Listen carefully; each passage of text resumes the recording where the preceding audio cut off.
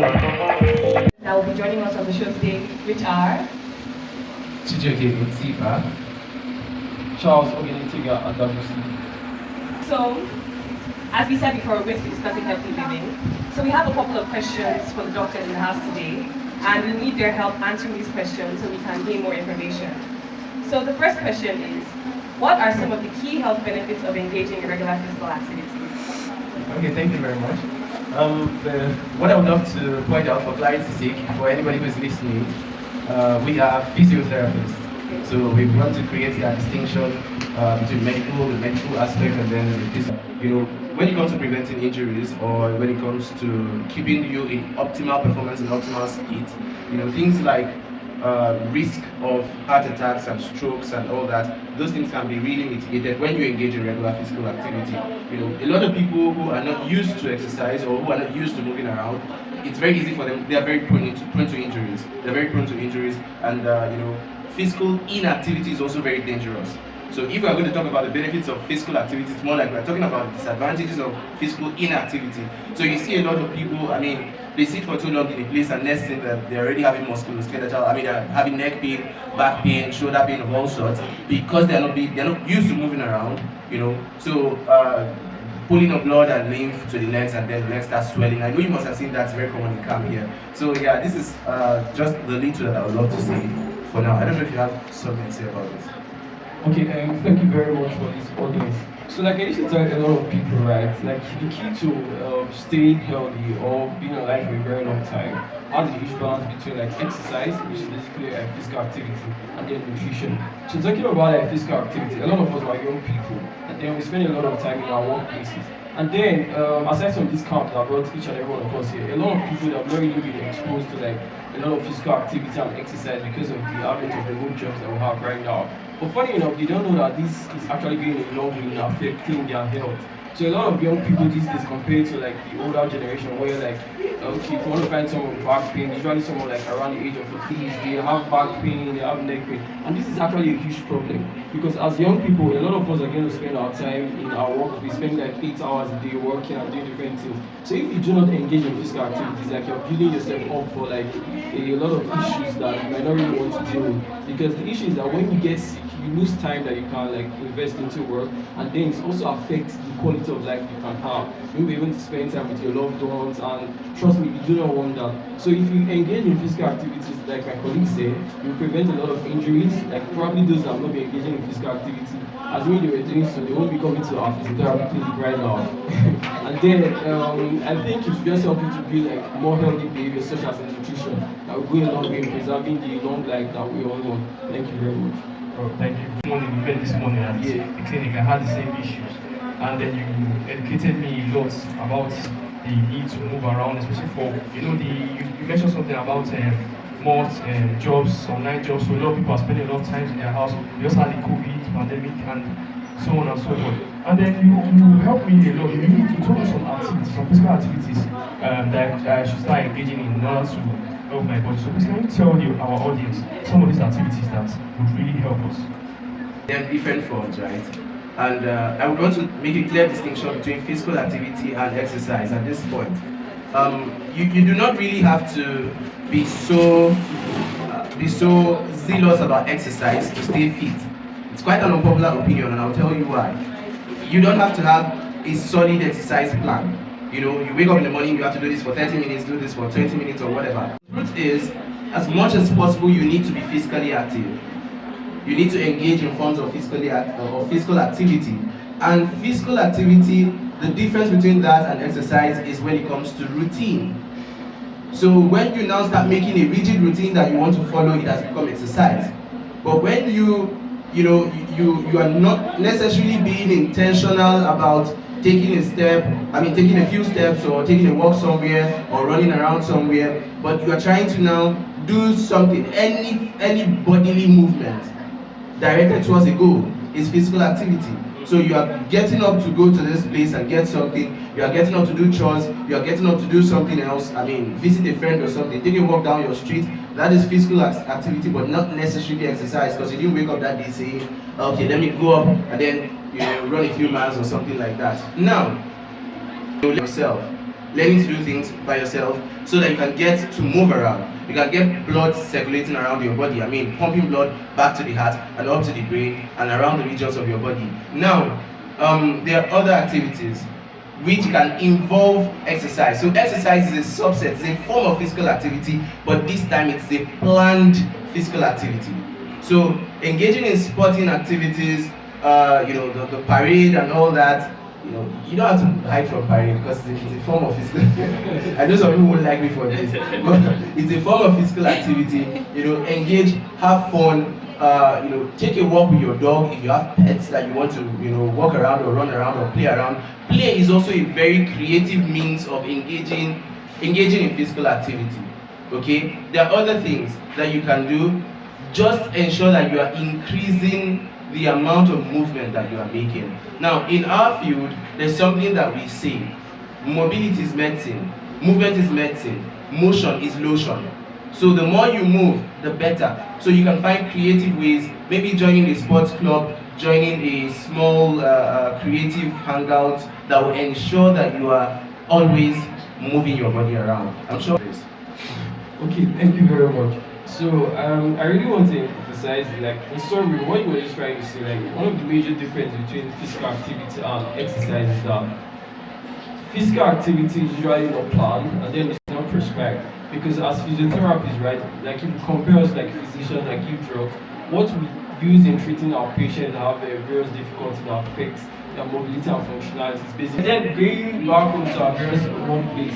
As much as possible, just try, go out, talk to friends, meet people. Because a lot of times people just think staying at home and then making money is like the coolest thing right now. But it's usually not best because of your health that you are putting on the line. So as much as possible, just move because the body was built to move. In fact, that was like the very first characteristic of these things that we taught when we were like is it elementary school now or like doing integrated science. So that's how important movement is to the body. If you are not moving, trust me, you're not necessarily healthy. Thank you very much. Is planned physical activity. Okay, so this next question is based on mental health. I'm a mental health advocate myself, and it's actually interesting to know that mental health and physical activity are linked. So this question is for anyone that's wondering out there. What are the mental health benefits of engaging in regular physical activity? And exercise, I'll start by saying this. Exercise has a lot of benefits and very little risks. A lot of benefits, side effects. For a lot of drugs that you use in treatment of mentally ill patients or people who are going through depression, anxiety, and all sorts. We are talking about ketamines. We are talking about the liver. It weakens the kidneys. It harms the brains eventually. So in the real sense, what you are trying to avoid or fight against is actually what you are coming back to. Now, when it comes to exercise, you are trying to exploit the body's ability to heal itself by providing, exercise helps to release what we call feel-good hormones. So this can improve your sleep, which you need to be in optimal health. It can help to release hormones like the dopamine, the serotonin, oxytocin, which is the love hormone and all that. And that's why you see a lot of people who engage in exercise, particularly group activities and all those kind of things, they seem to be happier people. And in that sense, they seem to be better people. They are able to lead better lives. Now, when you are able to create an exercise plan and follow that exercise plan, you already have something that you feel you've accomplished. There are some people in their lives, they've never really felt like they are able to do anything meaningful. I mean, they don't really feel that way. And that's why you hear stories about people who felt so low about themselves, so weak and all that, until they hit the gym. Now, when they hit the gym and they're able to accomplish a particular goal that they set for themselves, maybe they drop 3 kgs, or they are able to build muscle mass or something like that, or they just feel fitter, they feel lighter, they become happier.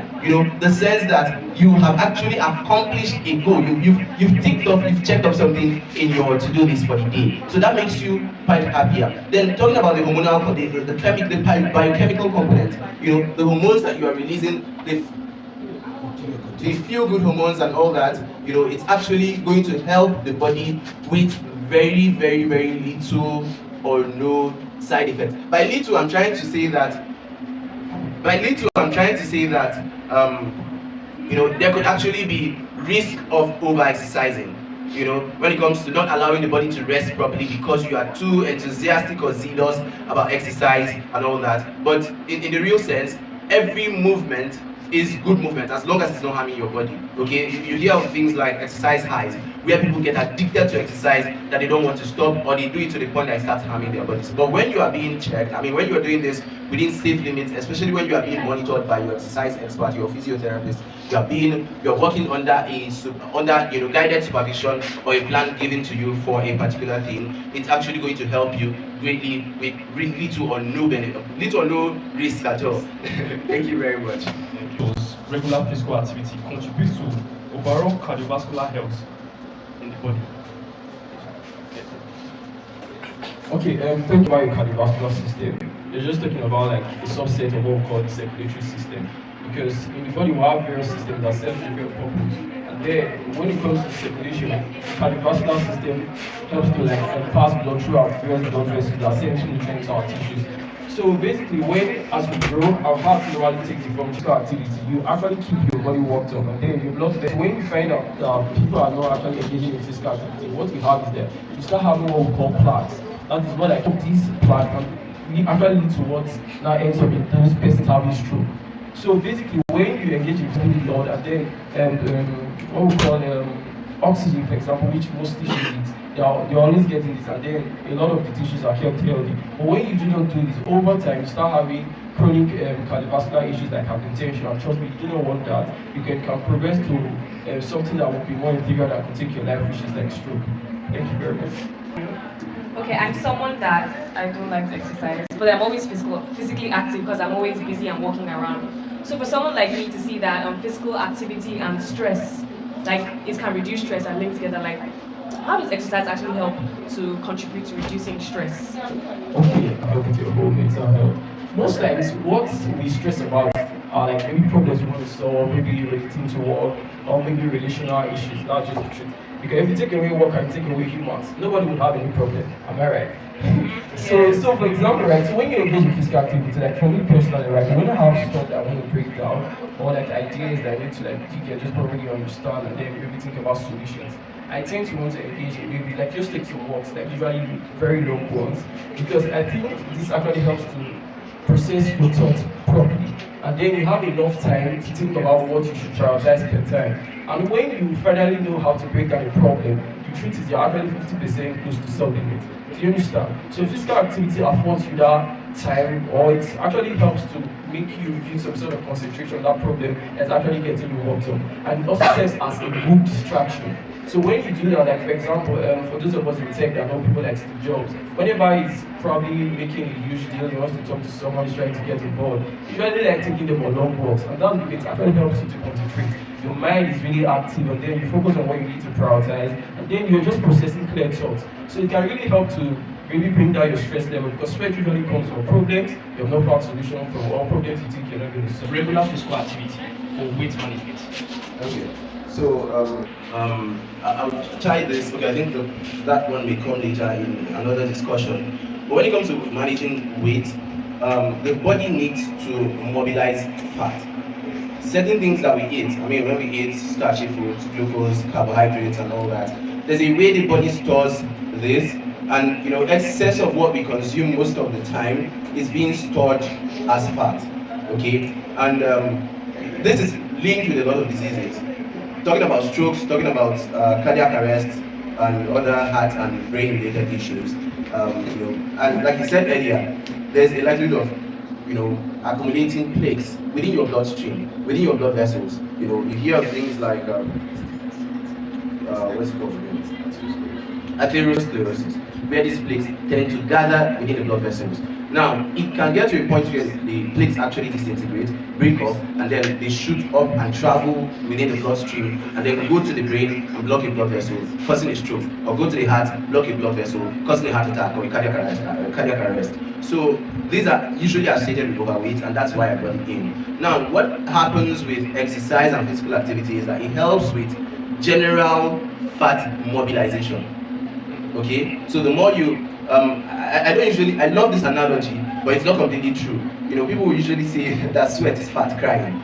You know, so although it's not completely true, I'd love to borrow the analogy at this point. Now, when you exercise, it helps mobilize those fatty, those fatty tissues. It helps with breaking them down, and that is how you tend to become more slender or become, more lean, ripped, or fit, in that sense. So and then it helps with also reabsorbing certain nutrients into the body. It helps the body to be able to make use of the nutrients it's getting, to burn that energy in form of calories and all that, so that you can make sure that you are efficiently using the energy that is coming in. So that's how it helps with, There's something you said earlier about exercising and not overworking yourself. So how often should people exercise to keep fit but not end up overworking themselves? Recommendation specific for exercise for people. Now, for children, I think I saw that the study was saying 1 hour of physical activity every day for kids. But we're not talking about kids now. For adults, we are looking at 30 minutes of mild to moderate physical activity every day, at least 5 days in a week. And that is going to amount to 150 minutes in total every week. Okay, so this is not like a golden rule, right? But it is recommended. It's the standard recommendation for physical activity and exercise. And when it comes to mild and moderate physical activity, what they're just trying to say, I will try and make it simple, is when you are doing these activities, for you to categorize it as moderate, it has to be something you can do while still being able to communicate to the next person, and they can hear and understand you. So if I'm doubling up, I can still have a conversation with my brother Charles.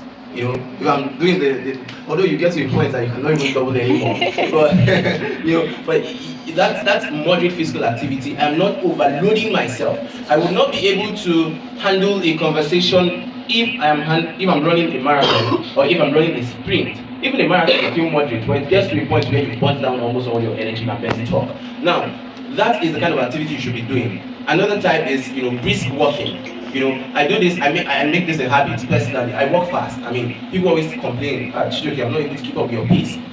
I walk fast, partly because I adapted to it, as a form, it's an adaptive mechanism because I had to start doing things fast. As at my secondary school days, I was handling a lot of responsibilities, and I finally learned the health benefits, and I started doing it more. Okay, now you want to engage in as much physical activity as possible, even if it is unplanned. Okay, so occasionally get up and stretch, get up and move around. Beyond the mild to moderate 150 minutes in a week and all that. And another thing you can do is to get a pedometer. We have a lot of these devices now. Artificial intelligence has taken over a lot of things, and that's one of them exactly. So you can get smartwatches that help you count your steps. They're called pedometers. You can download some of those devices, some of those things in your mobile phones. Now, what these do is that they help you count your steps, and the average recommended number of steps, step count every day by the World Health Organization is 10,000 steps a day. Usually very hard to hit, but that's recommended as well. So, but as much as possible, even beyond that, ensure that you are staying mobile. I'll still give some tips down the line on how you can do this, even with a busy schedule. So you are not, you're not an exercise junkie. If you are so busy, you are a 9-to-5er or you're a tech bro or woman in tech, and then you don't have all the time to start creating schedule for exercise, you can still make this a part of you in different ways, which I will be communicating later. When is doubling up too much? Like, they're always at every corner, so they expect us to double up every time. And sometimes we get really sore and really tired, and nobody really wants to hear that. It's just, hey, double up or you salute. So when is doubling up too much? Most people that will come into our video will be like, can you just give us something so that I can see really serious now, okay, and I feel bored and I can't do this. But the truth is, when you're doubling up, right, like your body already has like a system that helps you regulate whatever you do. And that's like the pain system. It's very easy to understand. Once the pain becomes unbearable, bros, stop. Do you understand? They just explain to them. So, but the problem is most times as young people, we tend to malingate a lot. And what I mean is that pretend the issue might not be that deep, you get, but you just see people that are just fumbling. So when you're doubling up, if it's not really affecting your knees that much, right, like your ankles now it's crazy, right, just try and just do it. Because the more you do sometimes, when you're doing exercise, there's what we call DOMS, which is like delayed onset of muscle soreness. Like when you start an activity that your body is not used to, initially your body kicks against it, and then you have pain. But if you keep going over time, you overcome this, and then you just adapt, right? So, for example, like we've just spent like maybe going to be 2 weeks now, right? So initially, some people must have found it very difficult, but I'm sure that for some now, it must have been getting easier. So if the pain is not too much, please keep going. You get used to it at some point. But if you know that it's getting to the point where you know that if you keep doing this particular stuff, you won't be able to stand anymore, or you probably just fall down. Please stop, and then maybe come to the clinic so that we can review and tell you what's up. Thank you very much. You talked about tech before, so I was going to ask, how does prolonged sitting affect cognitive function and brain health in general? Okay, very good. That you can no longer just process anything. Yes, I have. Good. And right now, when it comes to tech, be it like you're a product designer, you're into UI UX, or you're a software developer, like this requires a lot of creative work and imaginative stuff. Like you're literally solving problems. And then for you to do very well in tech, let's say you're a proper tech girl, or maybe a woman or girl in tech here, like you need to actually concentrate for you to like figure out like bugs in your codes, or probably you want to make like a very good design that has an amazing user experience. So you don't want to have like a back pain that's keeping you frustrated. Like there was a time like 4 weeks ago, or if not more than like episode of my WhatsApp started, and I was like, is back pain always frustrating? And most of the response I got was like, yes, it's actually really frustrating. And then as a tech bro, like having pains like that, like stuff that affects you because of prolonged sitting, is not really going to help your productivity. It's just going to make it worse. Because it's going to serve as a distraction that will not enable you to really harness the best of your creativity. And I'm sure that you all don't want that. You don't get your project rejected by your employers. Next segment of this physical activity discussion we want to talk about is the dangers of a sedentary lifestyle. I'd like you guys to just like briefly define what a sedentary lifestyle is so people out there can understand what we're talking about. Oh, okay. We should start. Like, yeah, I'm waiting for this video. Okay. There's something called couch potatoes. It's a very popular terminology, particularly in the Western world. And this is a term used to define people who just sit on the couch and watch television all day, or press their phones all day. And this is a major problem that is going to hit the future. In fact, it has hit us right now. Because in those days, you really have to, in fact, we use, we use these hard box televisions, that you have to go to the front of the television to press it, and press it very hard. You have to press it very hard for it to turn on, you know? And then before your dad is back, you rush and press it again. Sometimes the network will go off, you go and turn the antenna. You know, turn it and turn. That's physical activity, even though you are suffering, but it's still a form of physical activity. But now we've got everything so automated and mechanized. You have an engine in your hand. So a lot of people are just sitting comfortably on their beds, on their couches, and all they do is press the remote and everything just works fine. Some people have remote generators that they just turn on from their chair. Everything has made so easy, right? So it's making a lot of people to remain in one position for too long. I read a study that analyzed sitting and mentioned that sitting is the new smoking. I think I saw that with the World Health Organization or some other organization, and you know, they're trying to analyze the potential risks and dangers associated with sitting too much. And not just sitting too much, but being in an immobile position for too long. Remaining in one place for too long is as deadly as smoking like a chimney. I mean, becoming a moving chimney, that's what it means. So you are harming yourself, you are harming your health by not moving. So there's a lot of risk associated with this. There's risk of postural related pain. And what happens is, you're already moving your shoulders, I see that, nice one.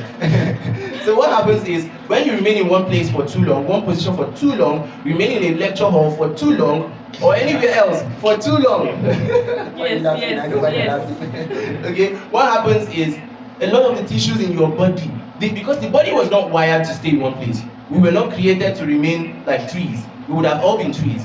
But that's why you have muscles, that's why you have joints, so that you can move. Now, when you are not moving, what happens most of the time is that the tissues, these soft tissues, we are talking about the muscles, the ligaments, the tendons, they are going to be adaptively shortening because of that short position you've put them into. So when you sit, when I sit, I have my legs bent.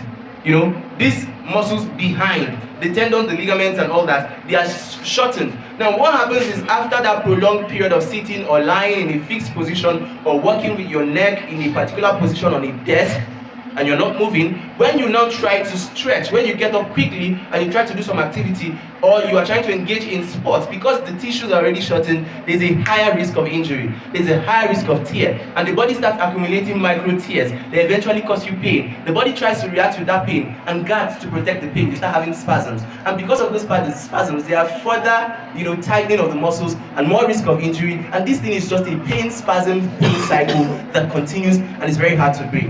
Now, the other things, when it comes to general health, we are talking about the heart, we are talking about the brain. Even your mental health is affected.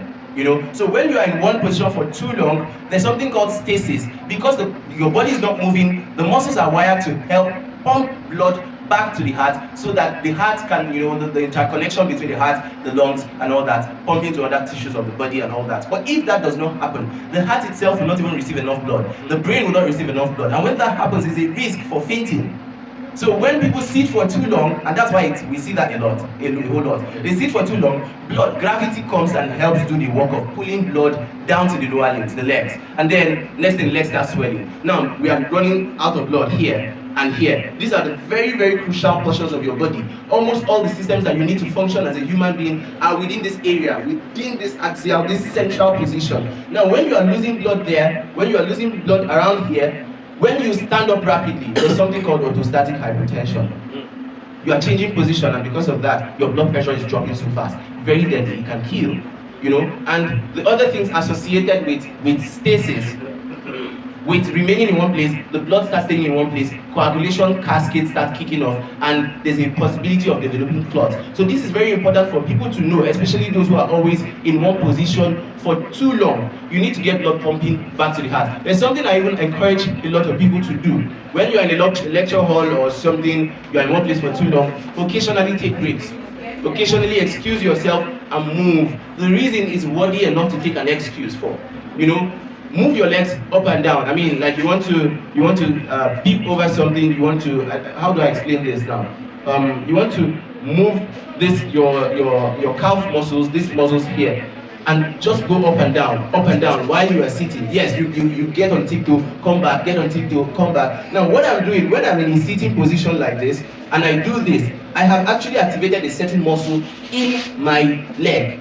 The back of my leg, a very powerful muscle called the soleus muscle. And because of the action, the contractile force generated by this muscle, it helps facilitate the flow of blood back to the heart, helping us pump to other regions of the body. So you have a lower risk of, you have a higher risk of things like strokes, heart attacks, cardiac arrest, and so many other things when you are always behaving like a couch potato. Thank you. Everybody out there that couch potato, you get off your behind and start moving. So I'm going to ask a very personal question, because I also got affected this morning by this same thing. Can you tell me how sitting for long periods affects joint health? Because as I'm talking to you now, my knee is in disarray. And then how it also affects our mobility. There are fluids within your joints. Most of these joints are synovial joints. They have fluids in between. Now, the purpose of that fluid is to act as cushion, as shock absorbers. And when you are in a particular position for long, there's something that is expected, and that is lubrication. When you move often, when you try to move around, you are lubricating the joints. Remember, like I said, in our world, we say motion is lotion. So it's just like you don't oil your tools. These are the tools that you use to move. You want to go and get food, that's what you're going to use.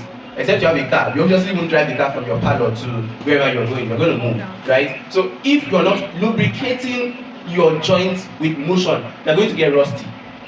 They're going to get rusty. And because the body does not function alone, different segments of the body do not function alone. The joints don't function alone. The bones don't function alone. The muscles don't function alone. They are all interrelated. So if I am not moving, I'm going to be developing those tissue hardness, tissue stiffness. And that's why sometimes, I don't even notice it, you sit for too long, and then you stand up sometimes, you feel pain at the back of the legs, the back of the knee. So this muscle has already started adapting to that shortened position. It's in a shortened position like this. So the moment I stand immediately, I'm stretching it too fast, and I might feel some pull. Now for some people, after something like that, when they get up, because of that stretch, they overactivate the muscle stretch reflex. And then next thing, they're having a muscle pull. There are some people that, because of the prolonged sitting and remaining in one position and all that, when they sleep, what wakes them up at night is not the big goal. What's how do they even blow the big brain? Yeah. It's not that big brain. What wakes them up at night is muscle pull. And it can be very painful, and if you don't know how to handle such situations, it can last for as much as 10 to 20 minutes. Imagine being in such degree of pain for that amount of time. So that is how it affects you generally. It affects the muscles, it affects the joints, it affects the ligaments, it affects the tendons and all that. And when all these things, when they are all shortened, you are not receiving, and again is this, because you are not moving, this joint is not lubricated, there's not enough flow of blood to that area. Okay? There's not enough flow of blood to the area, and it's going to be very, very detrimental for the health of the joint. Now, if there's any injury around that particular point, because I said these are all related, the pain, spasm, pain cycle, micro tears and all that. Now, if there is no blood flowing to that area because you are afraid of movement, you are apprehensive and don't want to move, or you're just lazy. The person obviously is just lazy and watching Telemundo. Why am I? Sorry for Telemundo fans, but the person is just there. Now, blood is not circulating to the area enough, and remember, it is blood that carries the inflammatory mediators, the healing cells in your system. The blood needs to carry these things to that particular joint, and if it's not going there, healing is going to be definitely delayed, and it will keep reoccurring. All core members, all those who registered with Access Bank should pick up their ATM cards at the Indomie Hall now. All those who registered with Access Bank, these problems, I just thought it was just sitting down and it was the end of the story. So I want Dr. Charles to just give us advice on what we should do. Maybe even at the OBS now, we'll stop sitting down for our shows. Because I don't want all those plaques to enter my brain and something. Anyway, so Dr. Charles, is there any advice you have for people out there that are physically inactive or live sedentary lifestyles? Well, I already sitting right now, so let's definitely take a break. You're already applying what you learned, right? But definitely, when it comes to applying stuff that would affect your health, like healthy lifestyle, living that at home, I think one thing I want to encourage everyone to do, because most times when we set goals for ourselves, you might be able to achieve sometimes, but it's actually best for you to get your friends involved. I think most times long term you will have a higher chance of achieving them or getting them ingrained into your automated system when you have other people involved. So tell your friends about what you've learned today, and then share it. And then what you do whenever you're working, as much as possible, take breaks, stand up, take some walks, and then there are some basic exercises you can do, like just speak with the physiotherapist maybe after now. There are some exercises you can do to help stretch like your upper back muscles, your lower back muscles, and then most especially the muscles you use in sitting. Because when my colleague was explaining how, for example, when you sit for a long time, you can have short teeth. That's very severe because over time, aside from all the whole stuff he was telling you about, you having heart attack, you can have very severe back pain, and trust me, you don't want to get to that point. So as much as possible, just take breaks, get your friends involved, talk to them about it. The more you do that, you guys can keep tabs on each other and create this accountability amongst yourself to make sure you stay healthy. And then you should also apply this same mindset to other aspects of your health, like nutrition. Do you understand? Because like I said initially when you guys asked me a question, the key to staying healthy is having a good balance between maybe physical activity or maybe exercise that's not prescribed or planned, and then what you eat. Because you can start eating a particular part of food that trust me is not going to be helping the health of your muscles or other soft tissues that are needed for you to be mobile. Thank you very much. Yes, to do is make movement fun. Make movement fun. Make it a part of you. Cultivate the habit of movement or mobility. I wrote an article one time, I think that was 2020. Mobility or morbidity, you choose. So it's left for you to choose whether you want to be mobile or you want to be morbid. By morbidity, I'm just talking about the risk of disease and risk of death. Okay? So you now having this knowledge, there are certain things that you'll be able to do to make exercise and physical activity fun for you. Let me give you typical examples that you can practice. Sometimes I used to do this all the time, but at a point, I started desiring some baby boy life treatment again. But this is what I do. When I take a bike to my location, I stop I stop like 3 minutes away from my entrance, from the gate, right? I don't take that straight to the gate. I stop 3 minutes away and I do the walking down. Sometimes that may be all you actually need to stay fit. Not necessarily 3 minutes, but these things are compounding. You are actually getting your heart to do more work and get used to doing more work. Now, another thing to do is fall in love with the work you do. Because sometimes you may not be able to find the work you love. So you need to, because if you are not doing work that you love, it's called stress. If you are doing work that you love, it's called passion. So for me, I do what I do with extreme joy. And look at the difference here. When you are not doing what you love and you are stressed, you are triggering the parental hormones. There's a gland above the kidneys, the two kidneys, and they release the hormone called cortisol. And this the increased production of these hormones actually wear down your system and increase the risk of diseases and death. Now, when you are doing what you love, your brain is seeing it as enjoyment week. And you are releasing oxytocin, you are releasing dopamine, you are releasing serotonin. These hormones collectively make you feel good, make you feel better, make you feel happy. Now, these are going to facilitate repair and recovery. So you see the difference. So occasionally, also take breaks, like you said, take breaks and stretch. Even when you are traveling in vehicles on a long distance, take breaks, okay, that's why they stop at some checkpoints or something. Take the opportunity, come down, stretch, do some basic movements. I would not have been able to, I wouldn't be able to show this to those who are listening because it's not a visual thing. But like, you can just move forward and backwards. You want to induce some spine mobility because the spine itself is very delicate and it's not wired to remain like a tree. So you can just keep doing some pelvic tilt movements back and forth. I do this all the time when I'm traveling, even short distances, because sometimes it's Abuja, traveling from home, I got it traveling. You're going to work, but you are literally traveling for an hour. That's like interstate. So I try to do this as much as I can.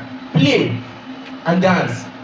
Play with any opportunity you get. I mean, as long as the play is creative and it won't harm you, and then dance. Use every opportunity. You hear a song in your church, get up and dance. That may be the only time you have to shake body, do the movement and all that. And then another thing too is, get creative with the whole thing. Now, I'll give you examples. Whenever you are watching a television, this is one of the things you do. When there is a break on that television, there's an activity break or commercial break, right? Stand up and stretch, and then finally, this is particularly for those who find it very difficult to move or who are not really encouraged to move. When you receive a phone call, don't take the phone call sitting down or lying down. Get up, move around, and take that phone call. Especially when the call has to last for long, that kind of call. So you'll be walking around and smiling. So thank you very much. Thank you very much, Dr. Chidi. Is the OBS reaching you live on 00.1 FM Kuba Abuja, and this is Health Matters, where we discuss healthy living, the health benefits of regular physical activity, and dangers of sedentary living, a comprehensive overview. I remain your host, Alamide, aka Lala, and with me is Bayo Arimo. And the doctors we had here were helping us and educating us. And I hope all of you listening out there have